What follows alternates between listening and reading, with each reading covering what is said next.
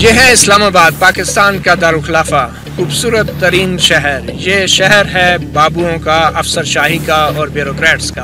और क्यों ना हो, आखिर यहाँ पे बैठ के इन्हीं बाबू लोगों ने अपने फ़ायदे के लिए पॉलिसियाँ भी बनाई। एक ऐसे वक्त में जब एक आम आदमी को छत नसीब नहीं, खाने को रोटी नहीं मिलती, यहाँ वफाकी सेक्रेटरी साहिबान और ग्रेड 22 के अफसरान ने बैठ के एक ऐसी पॉलिसी बनाई कि जो उनको एक नहीं बल्कि 2 प्लॉट इस्लामाबाद में देती थी। और ये पॉलिसी थी इन्हीं बाबू लोगों की तजवीज़ करदा, जिसको मुंतखब नुमाइंदों ने मंजूर किया। इस पॉलिसी के तहत ग्रेड 22 के अफसरान, वफाकी सेक्रेटरी साहिबान जो हैं, अपनी सर्विस के दौरान और रिटायरमेंट के बाद तक 2 प्लॉट लेने के हकदार होंगे। इस्लामाबाद में जिस तरीके से कौमी असासों और ज़मीन की जो बंदर बांट है, हम बात करेंगे आज के प्रोग्राम अपना अपना गिरबान में उस बंदर बांट की, और दिखाएंगे आपको चेहरे उन बाबू लोगों के, उन वफाकी सेक्रेटरी साहिबान के, जिन्होंने अपनी सर्विस के दौरान और रिटायरमेंट के बाद इस्लामाबाद जैसे इलाके में एक नहीं 2 प्लॉट हासिल किए। और अगर उनकी खुलेआम नीलामी की जाती तो अरबों रुपए हुकूमत को मिलते।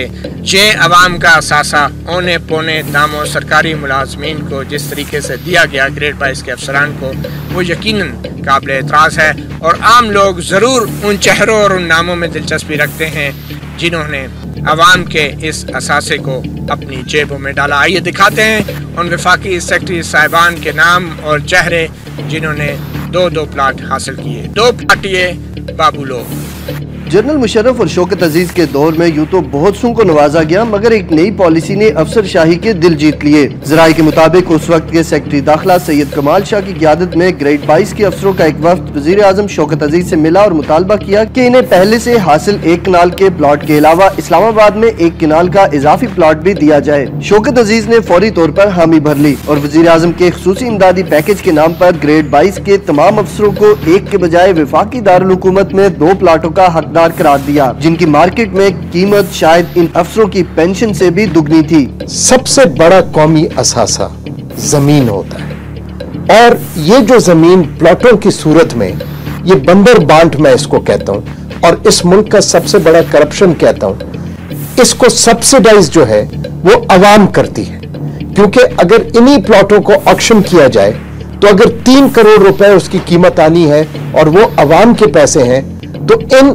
मखसूस 4 या 5 तबकों को यही जमीन जो है ये 1/4 उस असल कीमत की भी नहीं मिलती। लिहाजा ये अवाम के ऊपर बोझ है। पाकिस्तान की बदकिस्मत अवाम के खुशकिस्मत अफसरान की फहरिस्त में ऐसे बड़े बड़े नाम शामिल हैं जिनके कारनामे और किरदार किसी से ढके छुपे नहीं। साबिक सेक्रेटरी दाखिला कमाल शाह आला अफसरान के लिए 2 प्लाटों की पॉलिसी के खालिक समझे जाते हैं। उन्होंने सेक्टर D12-2 और G14-4 में करोड़ों रुपए मालियत के 1 कनाल के 2 प्लॉट हासिल किए। जराये के मुताबिक सैयद कमाल शाह ने ग्रेड 22 के अफसरों के एक वफ्द की क़ियादत की जो वज़ीर आज़म शौकत अजीज से मिला और जिसने 2 प्लाटों का मुतालबा किया, जिसे शौकत अजीज ने मंजूर कर लिया। कमाल शाह ने जनरल मुशर्रफ के 3 नवंबर 2007 के गैर आईनी फरमान पर अमल दरामद की भी निगरानी की, जिसमें आला अदालतों के जजों को बरतरफ किया गया था। कौमी असम्बली की पब्लिक अकाउंट्स कमेटी में पेश करदा रिकॉर्ड के मुताबिक साबिक वफाकी सेक्रेटरी काबीना इजाज रहीम को इस्लामाबाद के D12-2 और G14-3 में 1 कनाल के 2 प्लॉट अता किए गए। इजाज रहीम साबिक वजीर दाखिला आफ्ताब शेरपाव के हमजुल्फ हैं और वो नवाज शरीफ के आखिरी दौरे हुकूमत में 2 साल तक मुअत्तल रहे और उन्हें जनरल मुशर्रफ के दौर में बहाल किया गया। कौमी एहतसाब ब्यूरो के साबिक सरबराह नवीद एहसन जो मुल्क में एहतसाब के काम पर मामूर थे, उन्होंने भी ग्रेड 22 का अफसर होते हुए इस्लामाबाद के D12-2 और G14-3 सेक्टरों में 1 कनाल के 2 प्लाटों पर अपना हक जताया। वाज़ेह रहे कि इन प्लाटों की सरकारी कीमत महज चंद लाख रुपए अदा की गई, जबकि ऐसे 2 प्लाटों की मार्केट वैल्यू करोड़ों रुपए बनती है।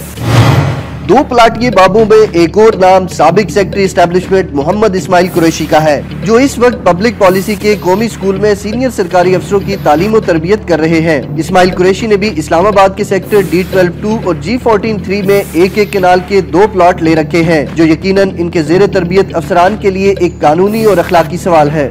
यहाँ पे जिन ब्यूरोक्रेट्स पे, जिन जर्नैलों पे नैब के केस चलने चाहिए, जो इंतहाई पूरी जिंदगी करप्ट भी रहे हैं, उनको भी रूटीन में 2 प्लॉट मिल रहे हैं। देखें, करप्शन को हमने बना लिया है कि शायद सिर्फ जो अवामी नुमाइंदे हैं, इन्हीं तक हमने महदूद कर आप इसको करप्शन कहते हैं? मैं इसको, इस मुल्क में अगर आप इवैक्यूई प्रॉपर्टी से शुरू हो और आज कबो लें, इससे बड़ी कोई करप्शन नहीं है, क्योंकि कौमी असासे अगर गैर ट्रांसपेरेंट तरीके से उनको दिया जाए और रूटीन में दिया जाए, करप्ट लोगों को भी दिया जाए, तो मैं उससे बड़ी करप्शन इसको ही समझता ही नहीं। इसी तरह फेडरल बोर्ड ऑफ रेवेन्यू के साबिक चेयरमैन और फन मौसीकी का ज़ौक रखने वाले अब्दुल्ला यूसुफ ने भी अपनी अवामी खिदमात की अवज भरपूर दाद वसूल की और D12-3 और I-84 के इंतहाई कीमती इलाकों में करोड़ों रुपए मालियत के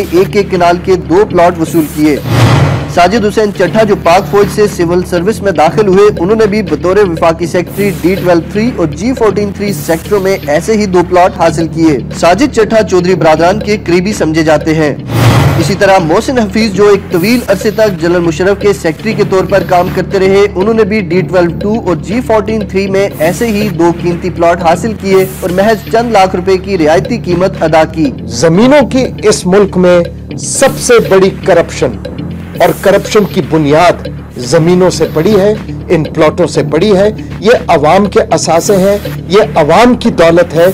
अगर किसी ने लेना है ऑक्शन करके लें, और मैं समझता हूं कि अवाम के जो हक हैं उनको उन तक ये उनकी फलाह के लिए पैसे खर्च होने चाहिए।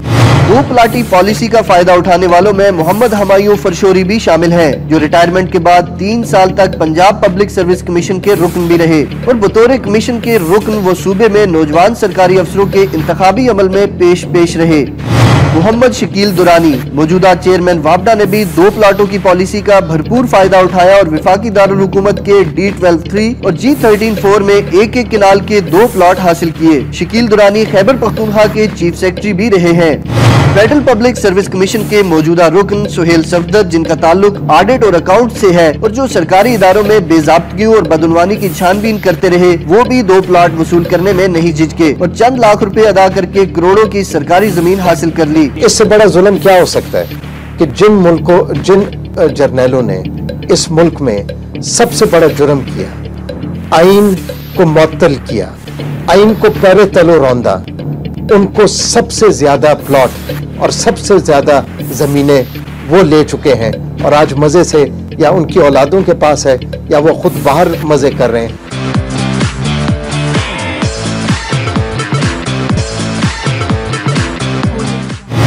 साबिक सेक्रेटरी दिफा कामरान ने भी अपने 2 प्लाटों का भरपूर दिफा किया और D12-2 और G13-4 में सरकारी जमीन को माले गनीमत जानकर कबूल करने में देर न की। कामरान इस वक्त निजी बैंक में मुशीर के फराइज सरंजाम दे रहे हैं।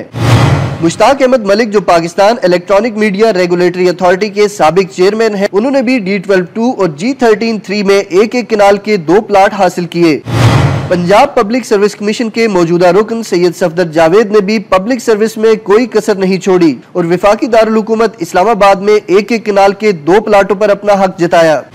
2 प्लाटी अफसरान में एक अहम नाम GM सिकंदर का भी है, जिन्होंने बतौर प्रिंसिपल सेक्रेटरी 5 वज़राए आला को खिदमत पेश की और इस वक्त वो रिटायरमेंट के बाद डिप्टी वज़ीर आज़म चौधरी परवेज इलाही के मुआवने खुसूसी तैनात किए जा चुके हैं। GM सिकंदर भी बतौर ग्रेड 22 के साबिक अफसर इस्लामाबाद में एक किनाल के 2 प्लाटों के मालिक हैं। हर एक को अपनी अपनी मिसाल बनानी चाहिए, जहाँ पे हमें मिसाल बनाए उसी तरह जो जर्नलिस्ट जो हैं वो हमारे बड़े काबिल एहतराम हैं, लेकिन जब 8 से लेकर 12 बजे तक करप्शन के खिलाफ हम बात करते हैं और जायज़ करते हैं, तो उनको भी खुद मिसाल बना के और ये जो प्लॉट वो लेते हैं, देखें कोई भी हमें किसी ने कनपट्टी पे रख के बंदूक, मुझे ये नहीं कहा था कि वकील बन जाओ, मैं अपनी ख्वाहिश से बना।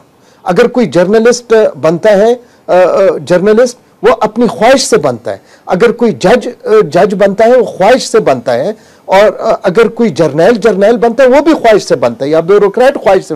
इनका कोई अवाम पे एहसान नहीं है और अवाम के कॉस्ट पे, उनकी कीमत पे, उनकी जमीनें और उनके असासे औने पौने दामों लेना, मैं समझता हूं मैं इसको करप्शन का नाम दूंगा और हम सबको अपनी अपनी मिसाल कायम करके इसको बंद करना चाहिए। मुल्क के सरकारी इदारों के मालियाती अखराजात की निगरानी करने वाले controller general of accounts Iftikhar Ahmed Khan भी प्लाटों के घुन चक्कर से न बच सके। उन्होंने करोड़ों रुपए मालियत की सरकारी जमीन के 2 प्लॉट महज चंद लाख रुपए की कीमत के एवज हासिल किए। रुखसाना जब्बार मेमन ने भी 2 प्लाटों पर खवातीन के हुकूक का भरपूर दिफा किया और बतौर ऑडिटर जनरल D12-4 और G14-3 में 2 प्लॉट हासिल किए। मारूफ पुलिस ऑफिसर शुएब सिडल जो अपनी उसूल पसंदी के बायस जाने जाते हैं, उन्होंने भी मौका हाथ से न जाने दिया और D12-4 और I-84 में मिलने वाले एक कनाल के 2 प्लॉट कबूल कर लिए। साबिक IG पुलिस शुएब सिडल इस वक्त विफाकी टैक्स मोहतसिब के ओहदे पर फाइज हैं। 2 प्लाटिये बाबू में एक और अहम नाम सलमान फारूकी का भी है, जो सदर जरदारी के प्रिंसिपल सेक्रेटरी हैं। सलमान फारूकी ने अपनी अवामी खिदमात के एवज D12-2 और I-83 में 2 प्लॉट हासिल किए। सलमान फारूकी सदर जरदारी के मोतमदे खास है और माजी में उन्होंने बदउनवानी के मुकदमात का भी सामना किया। मौजूदा सेक्रेटरी खारजा जलील अब्बास जिलानी चाहे खारजा पॉलिसी पर फौरी अमल करते हो या नहीं, लेकिन 2 प्लॉटों की पॉलिसी पर अमल दरामद में उन्होंने पल भर देर न की। जलील अब्बास जिलानी ने D12-4 और I-83 में एक कनाल के 2 प्लॉटों को गैर मुल्की दौरे की दावत समझकर कबूल कर लिया।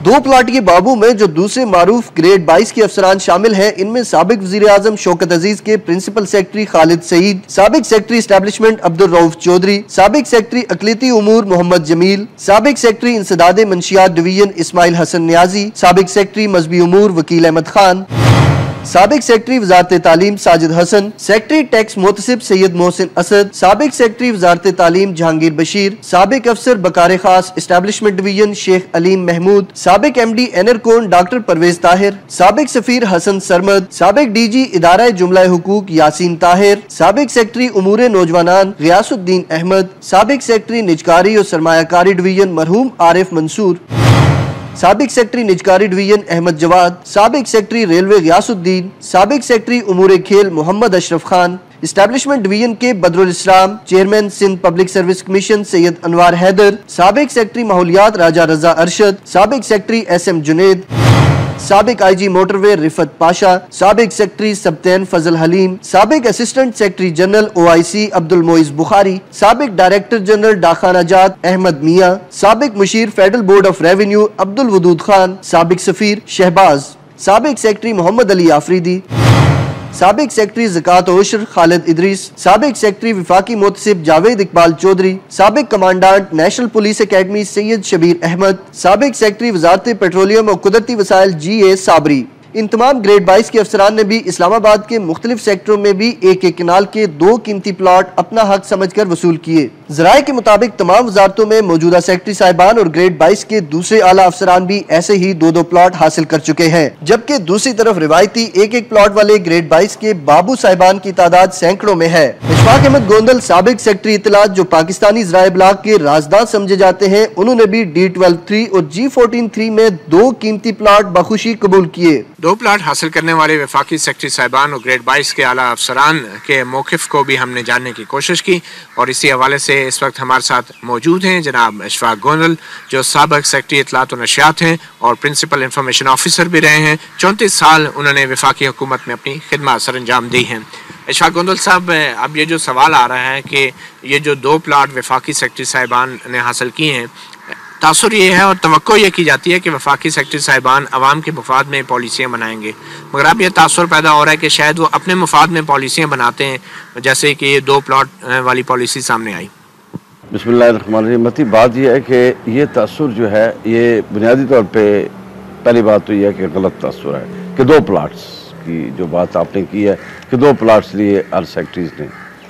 बात यह है कि एक प्लाट जो है federal government employees housing foundation जो थी, हर गवर्नमेंट सर्वेंट के लिए वो प्लाट वो जो है वो उसको दिया जाता है।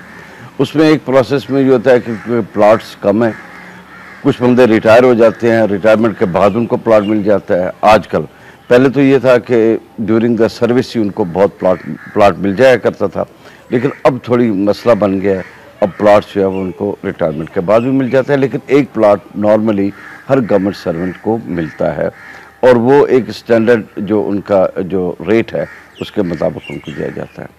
अब फेडरल सेक्रेटरीज को प्लाट एक देने का जो आपने कहा कि जी 2 प्लाट दिए गए, 2 नहीं दिए गए, 1 प्लाट जो था वो फैसला हुआ था, मेरे ख्याल में 2006 की बात है शौकत अजीज साहब उस वक्त प्राइम मिनिस्टर थे। उसका बुनियादी मकसद भी ये था कि एक फेडरल सेक्रेटरी के लेवल पे एक बंदा जब वो सर्विस करता है, काम कर रहा होता है, एक अरसे तक वो फेडरल सेक्रेटरी का काम करता है, हाई प्रोफाइल जॉब करता है, और एकदम वो एक ही रात में वो बंदा एक ऑब्लिवियन में चला जाता है कि रिटायर हो गया, बस फारिग हो गया।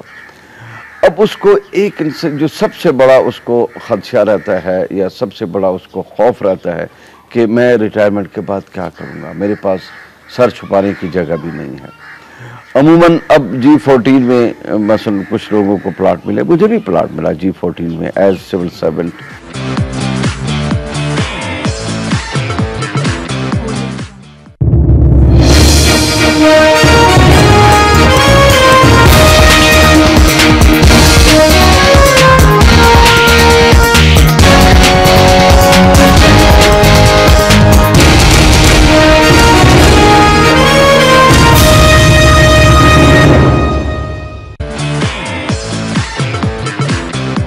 उससे पहले आपको बतौर गवर्नमेंट सर्वेंट और वही जो G14 में एक मिला था जो एज सिविल सर्वेंट, फिर दूसरा वज़ीर आज़म के असिस्टेंट, दूसरा जो वज़ीर आज़म पैकेज में मुझे सेक्रेटरी। तो कौन सा सवाल यही पैदा होता है कि आप जब सेक्रेटरी बनते हैं तो आपकी तनख्वाह और आपकी मुराद तो उसके मुताबिक होती है।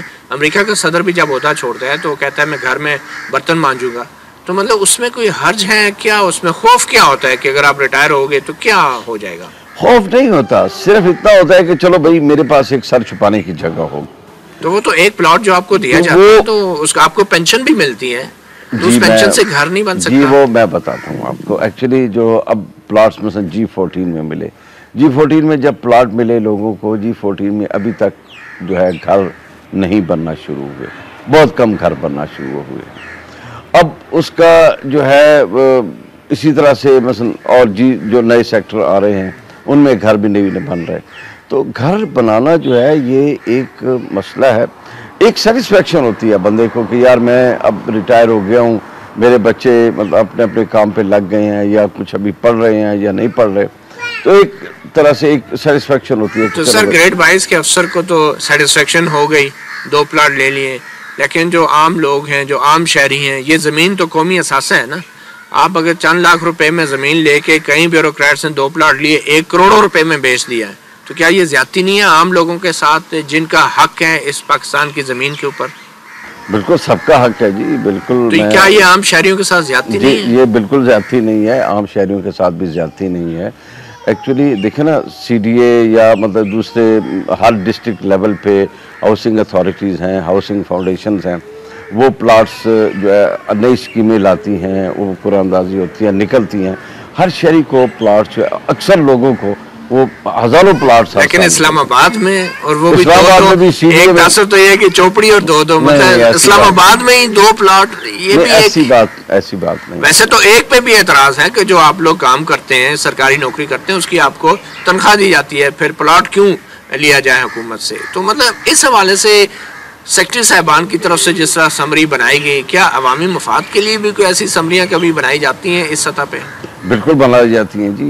ये मिसाल के तौर पे मैं ये समझता हूँ कि ये भी जो था, ये भी एक अवामी मफाद में था कि एक बंदा जो है जिसको जो कि उस कौमी इंटरेस्ट में काम कर रहा है, नेशनल इंटरेस्ट में काम कर रहा है, अगर आप उसको एक 2 प्लाट दे दें तो बरीज से आज़ाद कर सकते हैं, आप उसकी परेशानियों से आज़ाद कर सकते हैं। सर तो जो तनख्वाह है वो आपको जो तनख्वाह मिलती है वो काफ़ी नहीं होती? तनख्वाह जो आपको मिलती है सरकार के खजाने से जो हर माह, फिर पेंशन मिलती है आपको, वो भी करोड़ों रुपए में चली जाती है कई सेक्रेटरी साहिबान की। नहीं, करोड़ों में तो कितनी होती है पेंशन? पेंशन करोड़ों में नहीं होती है, कहाँ तक जाती है? ऐसी नहीं होती। तनख्वाह कितनी होती है आम आदमी के लिए बताएंगे? देखिए बात यह कि अब तो तनख्वाहें बढ़ गई हैं। अब आज से 4 साल पहले तो फेडरल सेक्रेटरी की तनख्वाह जो थी वो तकरीबन कोई 60-70 हज़ार रुपये तनख्वाह होती। अब कितनी है? अब मेरे ख्याल में ज्यादा होगी, मुझे नहीं पता। लाख से ऊपर होगी? मुझे लाख से ज्यादा होगी। और पेंशन कितनी होगी? लाख से ज्यादा होगी। मैं बताता हूँ आपको, प्राइवेट सेक्टर में जो बंदे काम करते हैं, आपने कभी उनका सोचा है कि वो कितनी तनख्वाहें लेती हैं, वो कितना पैकेज लेती हैं, और कितना एक फेडरल सेक्रेटरी को काम करना पड़ता है? या सुबह से लेके 9 बजे से लेके ऑलमोस्ट 24 आवर्स। ये तो आप अपनी मर्जी से आपने नौकरी की ना, कोई जबरी मजदूरी तो नहीं कर रहा? This time check is brought to you by लासानी का असल दूध स्याह प्लस मिलेठी। जबरी कोई नहीं कर रहा होता, उसकी अपनी ज़रूरत भी होती है, उसका अपना टैलेंट जो होता है, उसकी रिक्वायरमेंट होती है, उसकी कौम को ज़रूरत होती है, जो लोग वो काम कर रहा होता है, उसकी अपनी माशी ज़रूरियात। सर, जो कैपिटल डेवलपमेंट अथॉरिटी है वो खसारे में जा रही है और इधर अरबों रुपए मालियत की ज़मीन औने पौने दामों पे, स्कीम के नाम पे, पॉलिसी के नाम पे सरकारी अफसरों में अगर ऐसे तकसीम की जाएगी तो फिर आम शहरियों का क्या बनेगा, इस मुल्क का क्या बनेगा? देखिए, बात यह है कि ये सरकारी अफसरों को प्लाट देने से सीधे खसारे में नहीं जा रही है। सीधी अगर खसारे में जा रही है उसकी और वजूहात होंगी। वो क्या और उसकी वजूहात मुझे नहीं पता अब क्या वजूहात होंगी।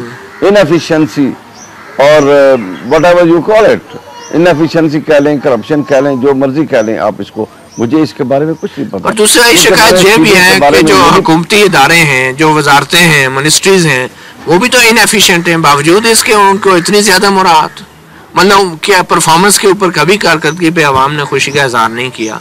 वजारतों के जो परफॉर्मेंस है, कारकर्दगी है, इसके बावजूद ग्रेड 22 के अफसरों और सेक्रेटरी साहिबान को 2-2 प्लाट देना और फिर उन तमाम मुराद के अलावा जो उनको नौकरी के दौरान मिलती हैं, मेरे ख्याल में तो ये क्या एक बहुत अच्छी कारकर्दगी का इनाम होता है या ये क्या होता है? देखिए, कारकर्दगी का इनाम तो समझ लें ये होता ही है। अच्छी कारकर्दगी है या नहीं है, मुझे इससे अब मैं इस पे आप और प्रोग्राम करें तो इस पे हम इंशाअल्लाह ताला बात करेंगे कि whether the public sector is performing better और the private sector is performing better, so we can discuss it in detail. ये तो चले पॉलिसी की बात होगी। It's my belief that public sector has always been more efficient than the private sector। इस मुल्क में जितनी परफॉर्मेंस या जितनी बेहतरी हुई है या लाई गई है वो पब्लिक सेक्टर ने लाई है और पब्लिक सेक्टर ने बेहतर परफॉर्म किया है और पब्लिक सेक्टर में लोग बेहतर काम। अच्छा, बतौर सेक्रेटरी और ग्रेड 22 के एक साबिक ऑफिसर आप अपनी कारकर्दगी से मुतमईन हैं, खुश हैं? जी अल्हम्दुलिल्लाह, I think I am satisfied, लेकिन उसमें बहुत सारी चीज़ें होती हैं। इंसान जब सिविल सर्विस में होता है तो उसकी अपनी मजबूरियां भी होती हैं, अपने मसाइल भी होते हैं, because he is bound to work under some rules of business. और ये कहना कि मैं अपनी मर्जी से हर काम कर सकता हूँ, इट्स नॉट ट्रू। अच्छा, सुप्रीम कोर्ट के एक जज हैं जस्टिस जवाद ख्वाजा, उन्होंने इनकार किया कोई भी प्लॉट लेने से, तो क्या ये एक मिसाल नहीं है आला अफसरों के लिए? और क्या कायदे आज़म ने जो पैगाम दिया था सरकारी अफसरों को कि इंटेग्रिटी और ऑनर के साथ जो है वो काम करें, तो क्या ये 2 प्लॉट लेना किसी तौर पे भी गैर अखलाकी नहीं है या अनएथिकल नहीं है? जी बिल्कुल नहीं है। और कायदे आज़म अगर होते वो भी प्लॉट ले लेते आपके ख्याल में? Quaid-e Azam was not a civil servant. नहीं, मतलब एक मिसाल, एक लीडर के तौर पे अगर कायदे आज़म होते तो वो भी इस्लामाबाद में 2 प्लॉट ले लेते, जिनकी तस्वीरें आप लोगों ने पीछे दीवारों पे लगाई होती हैं। नहीं, ये इसके बारे में मैं बिल्कुल कुछ नहीं कह रहा और इसके बारे में गुफ्तगू जो है वो मज़ीद, ये चूँकि एक ऐसा टॉपिक है जिस पे I think we can have a detailed programme and if you have time I can discuss in detail all these things, क्योंकि ये तो अब बात कहाँ से शुरू हुई, आप बात कहाँ से? एक मिसाल है, कायदे आज़म की तस्वीर लगाई होती है तमाम सरकारी दफ्तरों में और उनके नीचे पैगाम लिखा होता है work with integrity and honour. मेरा बुनियादी सवाल है कि क्या कायदे आज़म अगर आपकी जगह पे होते तो वो 2 प्लॉट ले लेते? अब मैं इस पर कोई तबसरा नहीं करता। Sir, thank you very much. Ishfaq Gondal, senior bureaucrat जिन्होंने 34 साल वफाकी हुकूमत में खिदमत सर अंजाम दी, मगर वो दिफा कर रहे हैं इस पॉलिसी का कि वफाकी सेक्रेटरी साहिबान को जो दूसरा प्लॉट मिला, उनका ये कहना है कि एक तवील सर्विस के बाद जब इंसान रिटायर होता है तो उसकी परेशानियाँ होती हैं और दूसरी मजबूरियाँ होती हैं और वो उन परेशानियों से आज़ाद रहना चाहता है। और यही वजह थी कि शायद वज़ीर आज़म शौकत अज़ीज़ 2006 में उन्होंने वफाकी सेक्रेटरी साहिबान और ग्रेड 22 के अफसरान के लिए दूसरे प्लॉट की भी इजाज़त दे दी।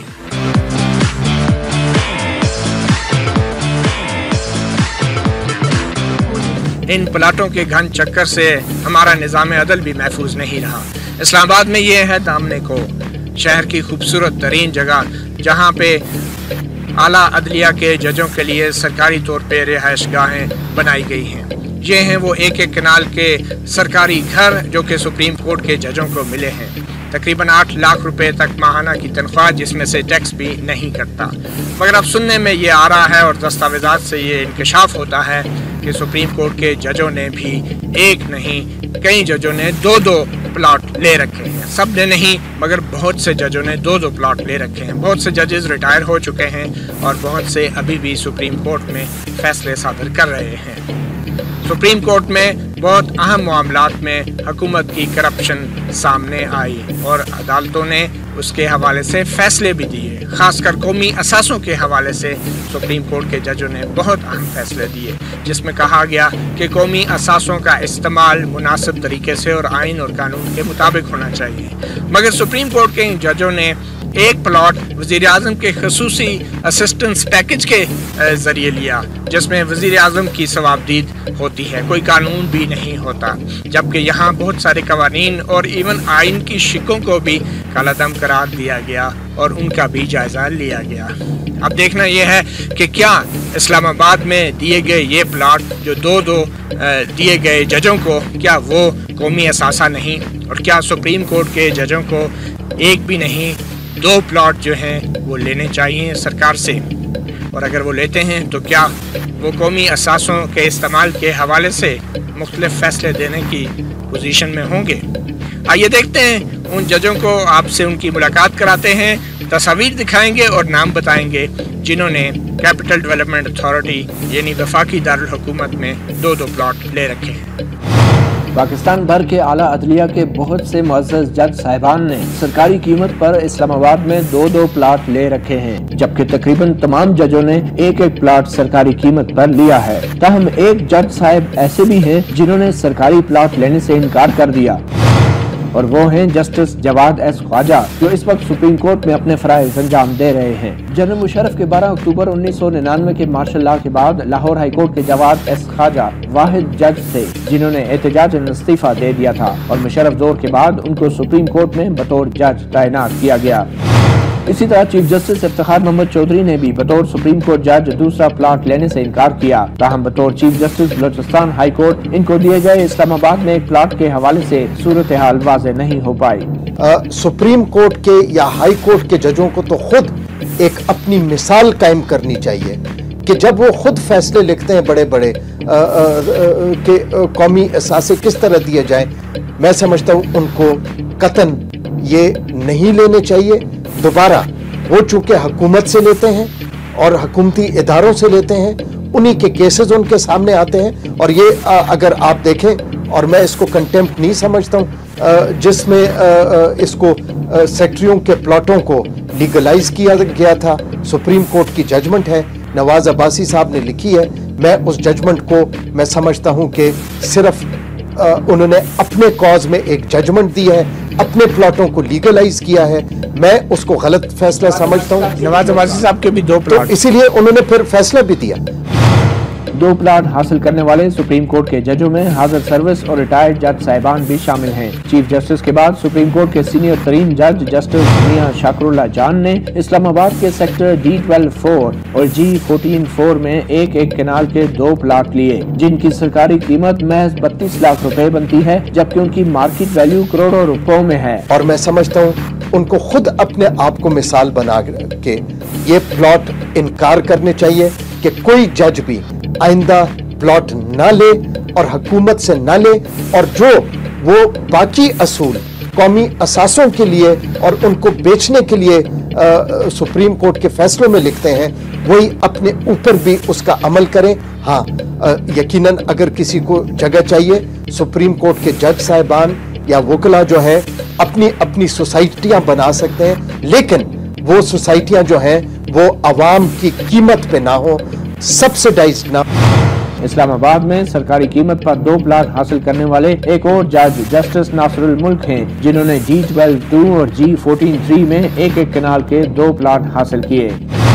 सुप्रीम कोर्ट के रजिस्ट्रार डॉक्टर फकीर हुसैन ने भी सरकारी कीमत पर करोड़ों रुपए मालियत के 2 प्लाट अपने नाम रजिस्टर करवाए। उन्होंने पहला प्लाट बतौर सेक्रेटरी लॉ कमीशन और दूसरा प्लाट वजीर आजम शौकत अजीज के मराती पैकेज में लिया। उन्होंने एक कनाल के 2 प्लाट इस्लामाबाद सेक्टर D12-4 और G14-4 में काबू किए। कानूनन सुप्रीम कोर्ट के रजिस्ट्रार का रुतबा हाई कोर्ट के जज के बराबर होता है। इसमें अदलिया का क्या किरदार है, क्या तवक्कुआत हैं आपकी बतौर वकील मौजूदा अदलिया से? मेरा तवक्को ये है कि वो इस पे भी सुओ मोटो लें, इस करप्शन को भी खत्म करें और आइंदा से तो अपने प्लाट तो वापस करने पड़ेंगे। जो हो चुका है वो हो चुका है। तो कौन से जज सुनेंगे ऐसे केस को जो इन्होंने दो प्लाट लिए हैं? बिल्कुल, आइंदा के लिए रास्ते बंद कर लें। नहीं तो वो अपना प्लाट पहले वापस करेंगे, फिर इस केस को सुनेंगे। बेशक ना करें, बेशक ना करें, वापस ना करें, बेशक ना करें।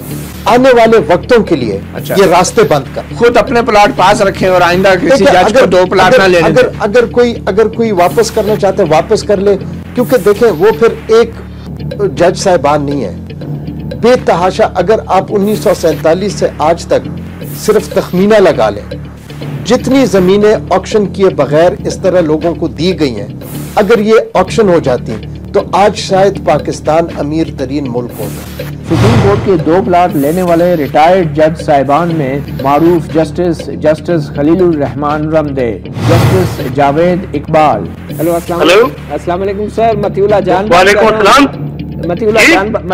बात कर रहे हूँ सर, वक्त न्यूज टेलीविजन के स्टूडियो से। क्या हाल है आपके सर?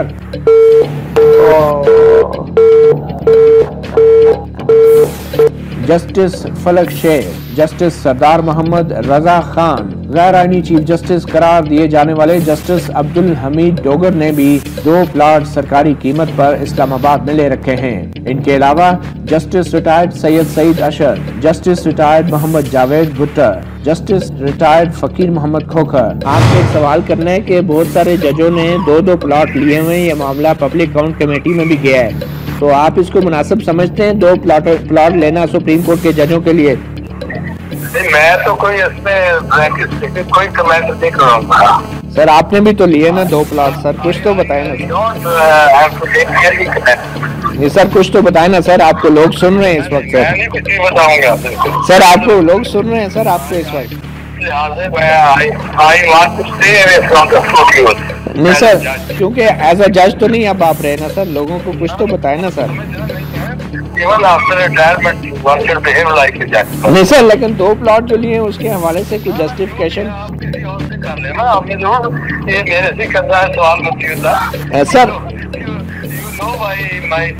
सर आपका जमीर मुतमईन है वैसे सर? मैं भी बिल्कुल आपका जमीर मुतमईन है सर? मैं कोई कमेंट ही नहीं दूंगा बिल्कुल सर, क्योंकि आप तो काफी अच्छा सुप्रीम कोर्ट में रहे। जो मर्जी आप करें, मेरा कोई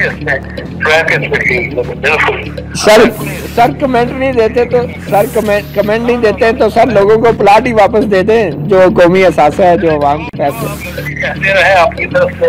हाँ जी, मेरी तरफ से इस मामले में कोई किसी किस्म का कोई कमेंट नहीं है। अल्लाह जस्टिस रिटायर्ड मोहम्मद नवाज अब्बासी और जस्टिस रिटायर्ड मंसूर अहमद भी सरकारी कीमत पर इस्लामाबाद में 2 प्लाट रखने वाले जजों में शामिल हैं। दूसरे जजों में सुप्रीम कोर्ट के जस्टिस सैयद जाहिद हुसैन, जस्टिस सैयद जमशेद अली भी इस्लामाबाद में सरकारी कीमत पर 1 कनाल के 2 प्लाट हासिल करने वालों में शामिल हैं। ताहम 2 प्लाट लेते वक्त मज़कूरा जज साहिबान सुप्रीम कोर्ट में फराइज अंजाम दे रहे थे। अतमल्ला साहब, एक सेशन जज ने जुर्रत का मुजाहरा किया, बज़ाहिर हिम्मत दिखाई और चीफ जस्टिस के हुक्म पे एक तहकीकाती रिपोर्ट पेश की जिसमें उसने कहा कि DHA और बहरिया टाउन और दूसरी जो हाउसिंग जो तामीराती कंपनियां हैं वो एक माफिया बन चुकी हैं, जिन्होंने पुलिस वालों को इस्तेमाल करके जो है आम शहरियों को ब्लैकमेल करके उनकी जगहों को छीना है और उनको उनकी जमा पूंजी से महरूम किया है। इसके बावजूद चीफ जस्टिस ने सेशन जज की उस रिपोर्ट को नज़रअंदाज किया। आप समझते हैं कि उस रिपोर्ट के ऊपर अगर चीफ जस्टिस मुनासिब हुक्म जारी करते तो आज शायद सूरत हाल मुख्तलिफ होती, और ये रिपोर्ट तकरीबन 2 साल पुरानी है। मैं समझता हूँ जी कि उन्होंने नज़रअंदाज नहीं किया। अगर नज़रअंदाज किया होता तो जो उनके खिलाफ प्रेस कॉन्फ्रेंस हुई है वो प्रेस कॉन्फ्रेंस फिर ना हो। लेकिन वो रिपोर्ट पे तो एक्शन लिया ही नहीं चीफ जस्टिस ने। नहीं देखें 2 साल पुरानी है ये रिपोर्ट तकरीबन। बिल्कुल मैं समझता हूँ कि वो पेंडिंग केस है और उस पर क्या चीफ जस्टिस को इतना इंतजार करना चाहिए था इतनी खौफनाक रिपोर्ट के बाद?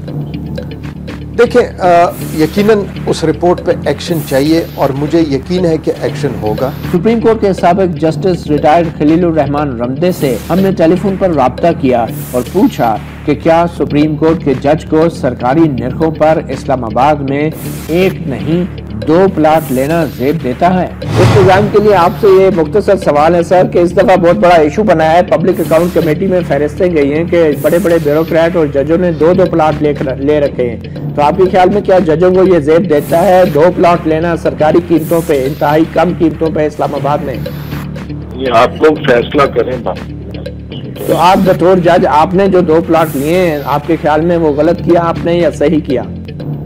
ये भाई आप फैसला करें ना, आप बैठे आप फैसला करें। नहीं तो आप सर फैसले से पहले आपको सुनना भी तो जरूरी है ना सर, फैसला तो आवाम ने करना है। नहीं वो जो वाकयात आपके साथ है।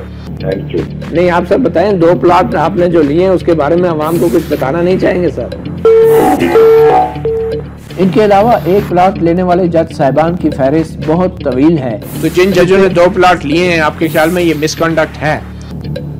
मैं ये समझता हूँ कि कौमी असासे, अगर कौमी असासा बगैर ऑक्शन किए और नॉन ट्रांसपेरेंट तरीके से अपनी असल कीमत से कम किसी को दिया जाता है, हाँ जिस तरह मैंने आपको कहा शहीद हो कोई, मुझे कोई इतराज नहीं और कौम को कोई इतराज नहीं होगा, लेकिन इसी तरह रूटीन में देना मेरे नज़दीक ये करप्शन के ज़ुमरे में है। प्लाटों का कारोबार इतना बढ़ चुका है कि इस्लामाबाद के अंदर हर शख्स, हर शोबे से ताल्लुक़ रखने वाला आदमी इस सरकारी ज़मीन को स्कीमों की सूरत में अर्जान निर्खों पे ख़रीद के मुख्तलिफ शोबों से ताल्लुक़ रखने वाले मुलाज़मीन को बेच रहा है, अर्जान निर्खों पे बेच रहा है। ये ज़मीन की नीलामी नहीं की जा रही जिससे अरबों रुपया सरकारी ख़जाने में आ सकता था। पूरा पाकिस्तान यूँ लगता है कि जैसे कुछ लोग इसको एक प्लाट की तरह देख रहे हैं और हर कोई शायद इस पे कब्जा करना चाह रहा है। आप किसी शोबे को ले लें, चाहे दिफा है, चाहे हुकूमत है, कोई सरकारी इदारे हैं, इवन खुफिया इदारे हैं, उन्होंने भी अपनी अपनी स्कीमें यहाँ पे बना रखी हैं और उन हाउसिंग स्कीमों के अंदर सरकारी इदारे अपने सरकारी वसाइल इस्तेमाल करके वहाँ पे तामीरात और वहाँ पे उन स्कीमों को बना रहे हैं। ये तमाम सूरत हाल इंतहाई संगीन है और यकीनन कौमी असासों के नाजायज़ इस्तेमाल की एक मिसाल है जिसका फौरी तौर पे हुकूमत को और अदलिया को नोटिस लेना चाहिए। और जैसा कि आपने सुना, एक माहिर कानून, एक वकील ने मशवरा दिया कि किसी को मिसाल बनानी होगी, किसी को अपनी मिसाल पेश करनी होगी और अदलिया के जजों को भी इसमें पहल करनी होगी ताकि इस मामले पर फौरी तौर पे काबू पाया जा सके। इससे पहले कि पाकिस्तान का ये सरजमीन जो है इसी तरीके से स्कीमों में बढ़ जाए। अपना गिरबान से मतियुल्लाह जान को इजाज़त दीजिए। अपनी राय के लिए हमारा ईमेल, फेसबुक और ट्विटर एड्रेस नोट करें। हमें बताएं कि जिन जिन शोबों में जहां जहां खराबियां हैं हम उन खराबियों की निशानदही करें। हमारे दिए गए एड्रेसेस पे अपना इंफॉर्मेशन, मालूमात और दस्तावेजी सबूत भेजिए ताकि हम अपने अपने गिरबान में झांक सकें। अल्लाह हाफ़िज़।